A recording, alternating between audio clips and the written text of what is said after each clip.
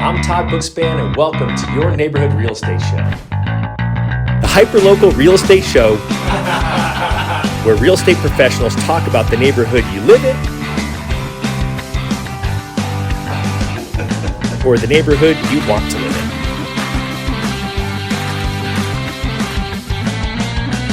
This episode is brought to you by homebuyeruniversity.net, your free comprehensive guide to buying or refinancing your home. Click over to homebuyeruniversity.net to get started online today.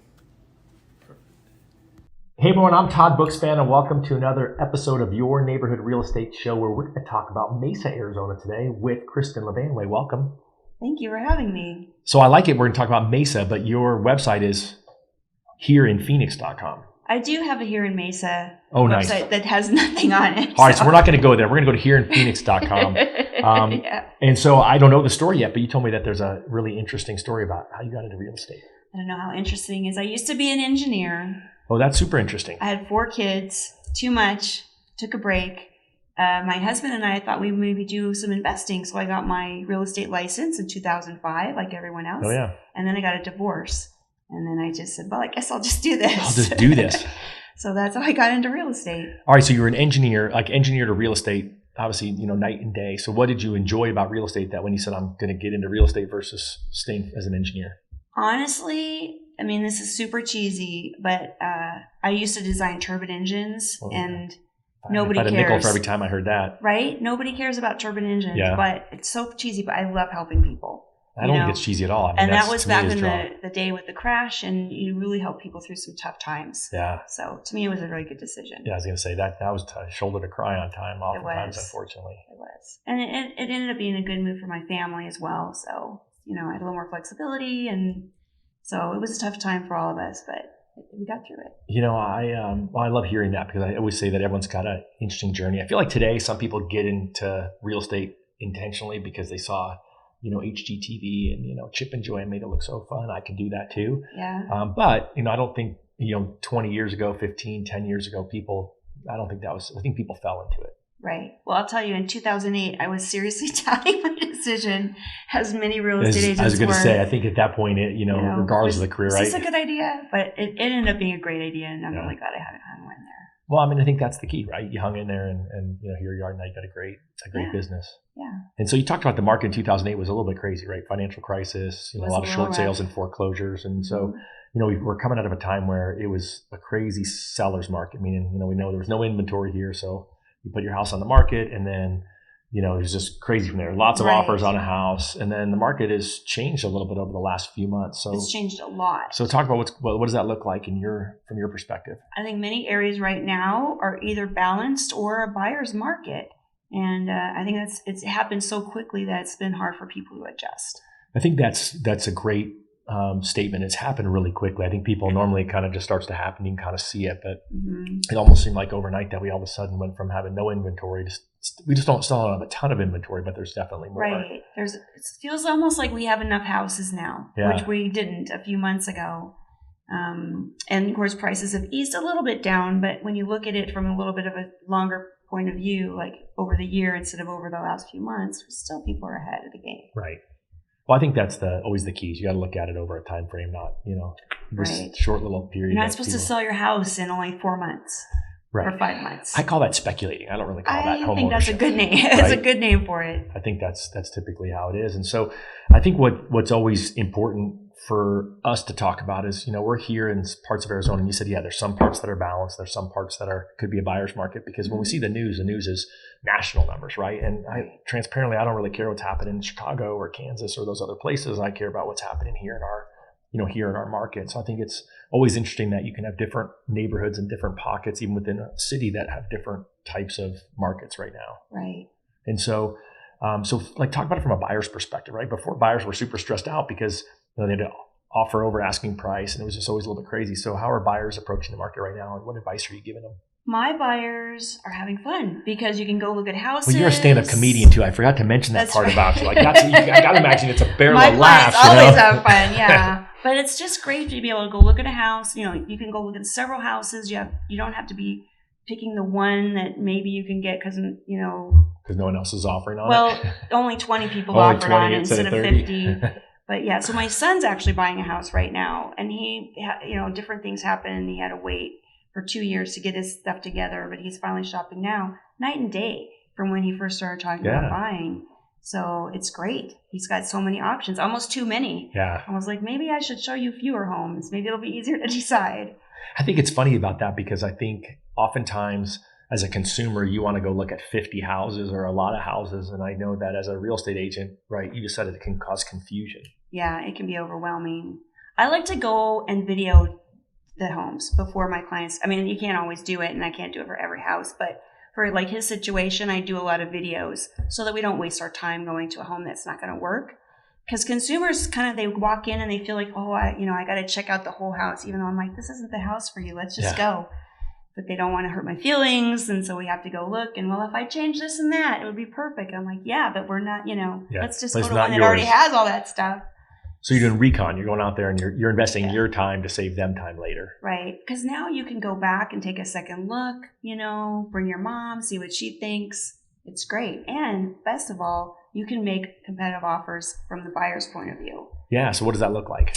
A lot of homes are selling for less than the listing price. Yeah, which people are surprised by. And I think, are you seeing it, the listing price is high because they thought, hey, 6 months ago I could have sold it for $450. Now I want $500, or are they actually starting at a reasonable price, or what do you see out there? A little of both, I think.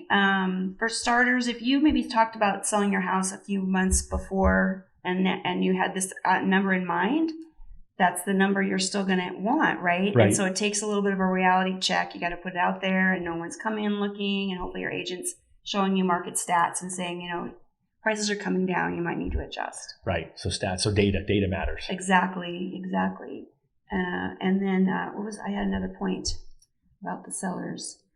Well, let's talk about sellers then for a minute, because obviously we talked about the fact that sellers may be unrealistic in their price, but obviously when you're talking to a seller who wants top dollar, how are you having that conversation?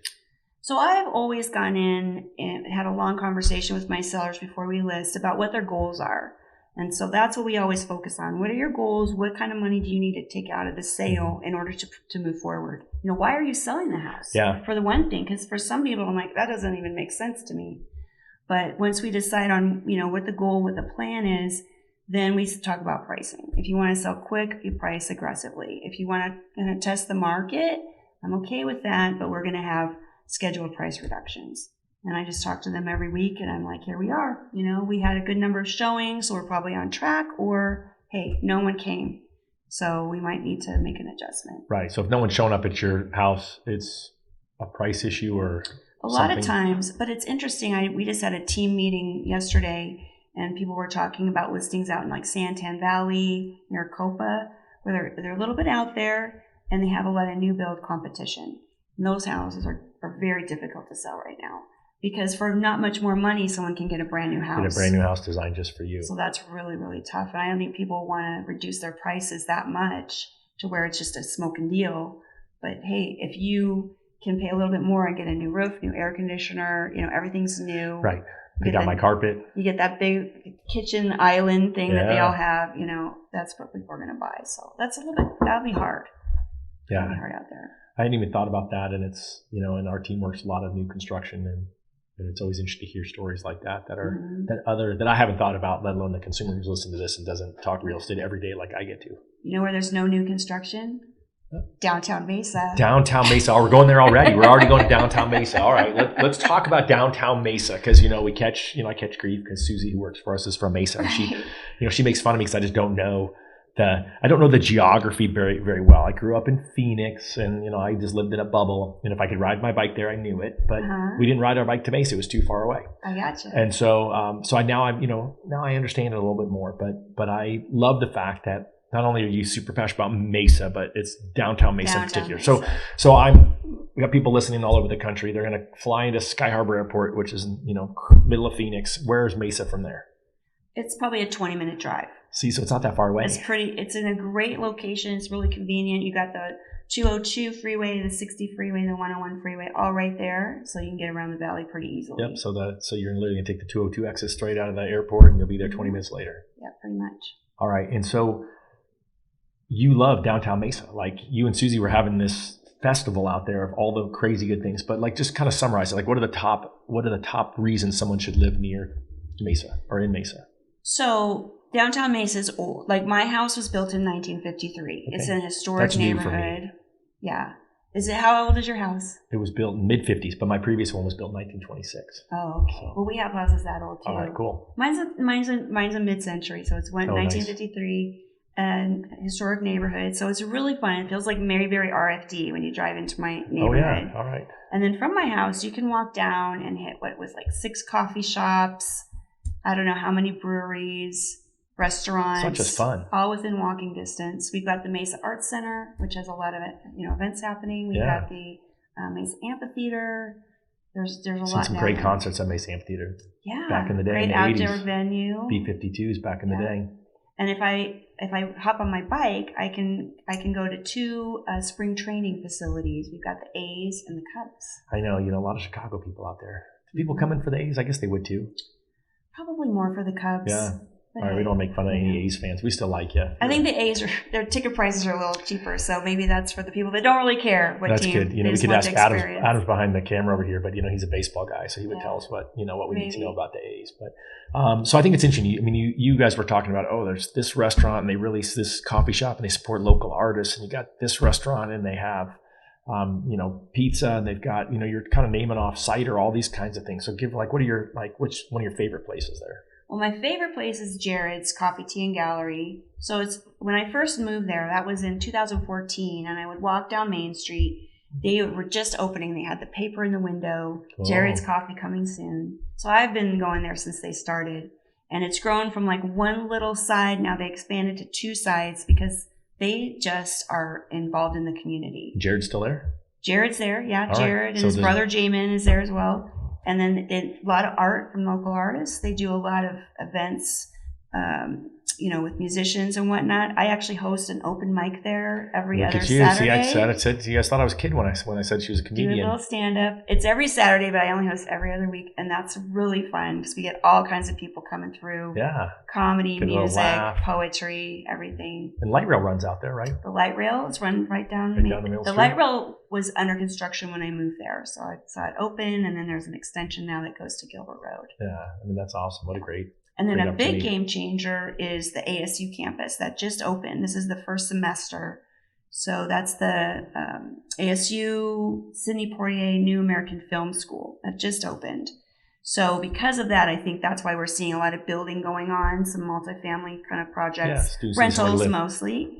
But that's going to really bring some people down there, populate the area, and we'll see what happens.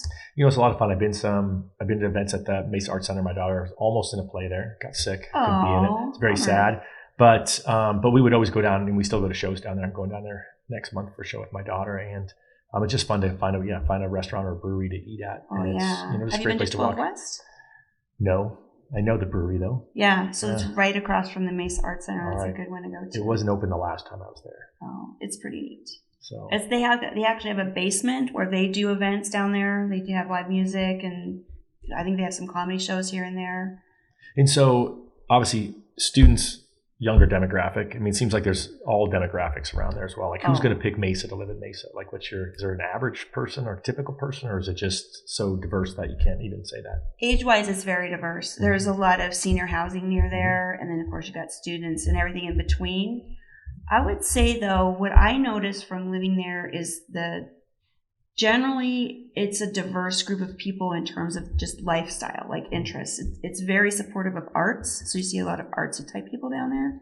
We're starting to see more people come in from other areas, but it just feels very open, very friendly.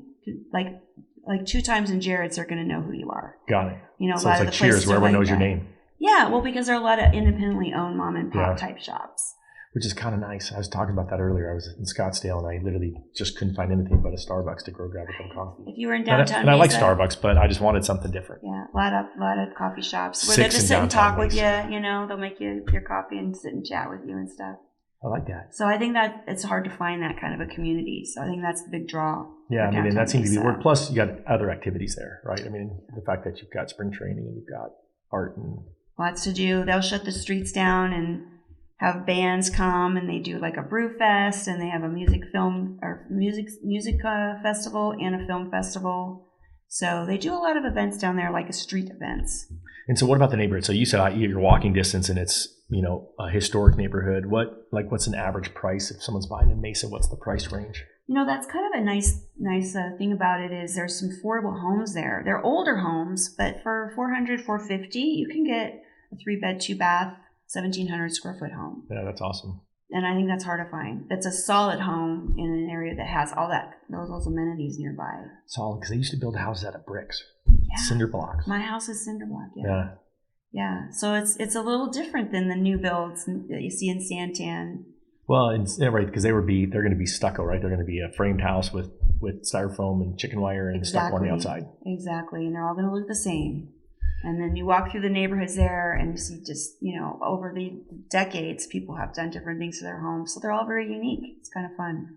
Well, I got to imagine when you've got unique homes like that, then when you say, a seller's market versus a buyer market, I mean, it seems to me that when when an area is unique, that tends to be less transitional. Am I wrong, or is that?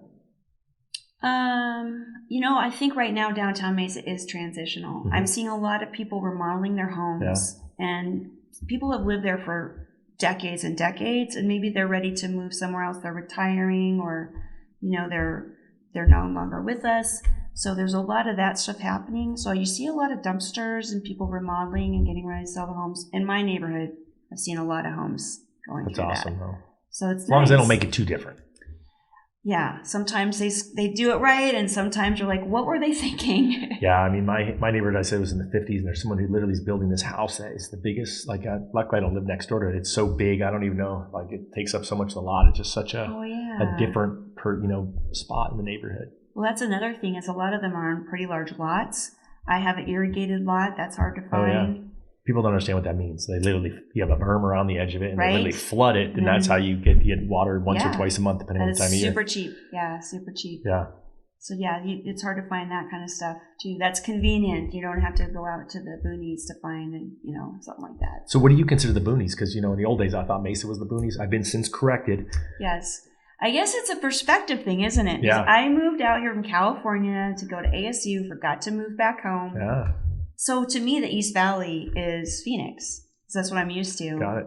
So it's whatever you're used to. That's the neat thing about Phoenix, though, I think, is there's an area for almost anybody. Right. Whatever you like, there's an area in Phoenix that probably. And you sell everywhere, right? You don't just sell. You just happen to love downtown Mesa and Mesa, but you sell all over the valley. All over. I was just in Goodyear yesterday picking up a lockbox. So that's like 100 miles. No, that's like 50 miles away, though. Probably. It's a little bit of a day trip, yes. Yeah, I mean, it's so, that tells me, because oftentimes I interview or talk to realtors like, oh no, I don't go more than 15 minutes from my house, but that's an hour drive.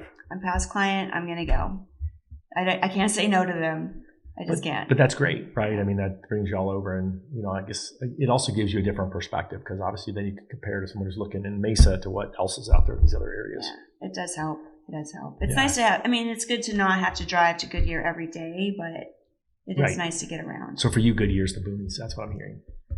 No, I'd say Buckeye. Buckeye. That's going to be the boonies for me. Maricopa. All right, so. Yeah, but Santan used to be the boonies, not really anymore. No, it's happening out there. Mm-hmm. Santan Valley, it's growing like crazy. So it looks like the rest of the valley now. Right, so Santan then is going to be a little bit further south and a little bit further east when you're heading that direction. Yes. And so there's a lot of new construction out there. So that's one of the areas where you've got the houses that have been out there for a while, and then you've got new construction. Right. And so when you kind of say that's booming, because they've got a lot of newer, I know it's not all chains, but I mean, they're newer, their commercial out there to me is more, kind of mainstream, I'd call it. It's the west side kind of reminds me of that a little bit too, where you have the new construction coming in. It just takes a long time for the areas to develop a personality. Right. So Queen Creek is getting there, and Santan is sort of, you're never sure which place you're in. I like that, getting a personality. Yeah. Santan Valley, Queen Creek is sort of absorbing Santan Valley, so it's just an interesting area, I think. Well, and it's interesting to me because you can literally be driving past a field that was farmers, and then the next farmer sold, and now it's a home site. Yeah, a lot less farmland out there, though. Yeah, for sure. It's really getting built up. Yeah, no, I think it's interesting. And new freeways coming too, so that gives it a little more accessibility, because there's that whole tech corridor along like Ellsworth. Mm-hmm. that's really, there's a lot going on there. A lot of jobs are coming in there. So I think that's going to help that Santan Valley area. Well, I mean, anytime you've got jobs that are coming to town, then that's going to, help or hurt real estate depending on which way you're in. It's going to help because you're going to have more demand. It's going to push up prices, keep prices strong.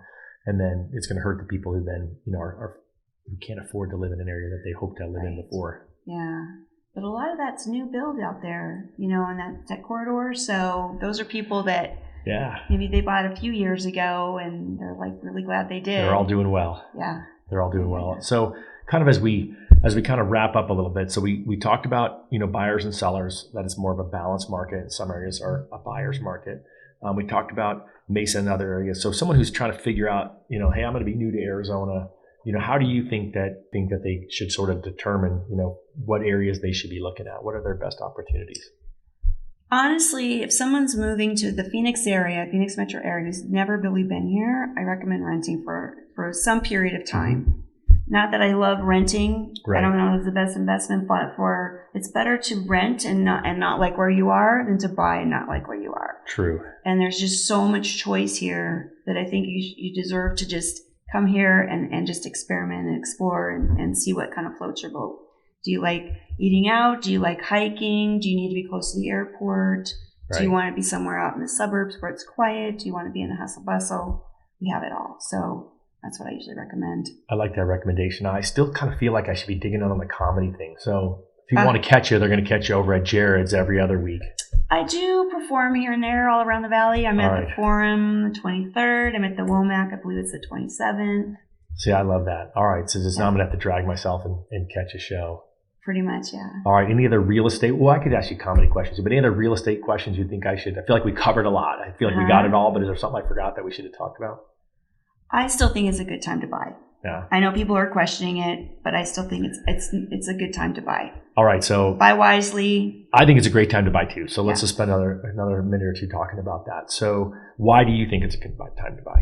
Historically, home prices go up. Yeah. Right now, and I just was looking at this back in the crash days. Everyone's worried we're doing that again. We had 200% of the homes we needed to service the valley. Right now, we have 80%, something like that. I think it's 70% of the homes we need to service the valley. So the oversupply was what was driving the problem back then, along with some economic conditions. I was going to say, we had easy loans, speculation. Yeah, right? Well, it's a perfect storm of stuff that caused that. We don't have that right now.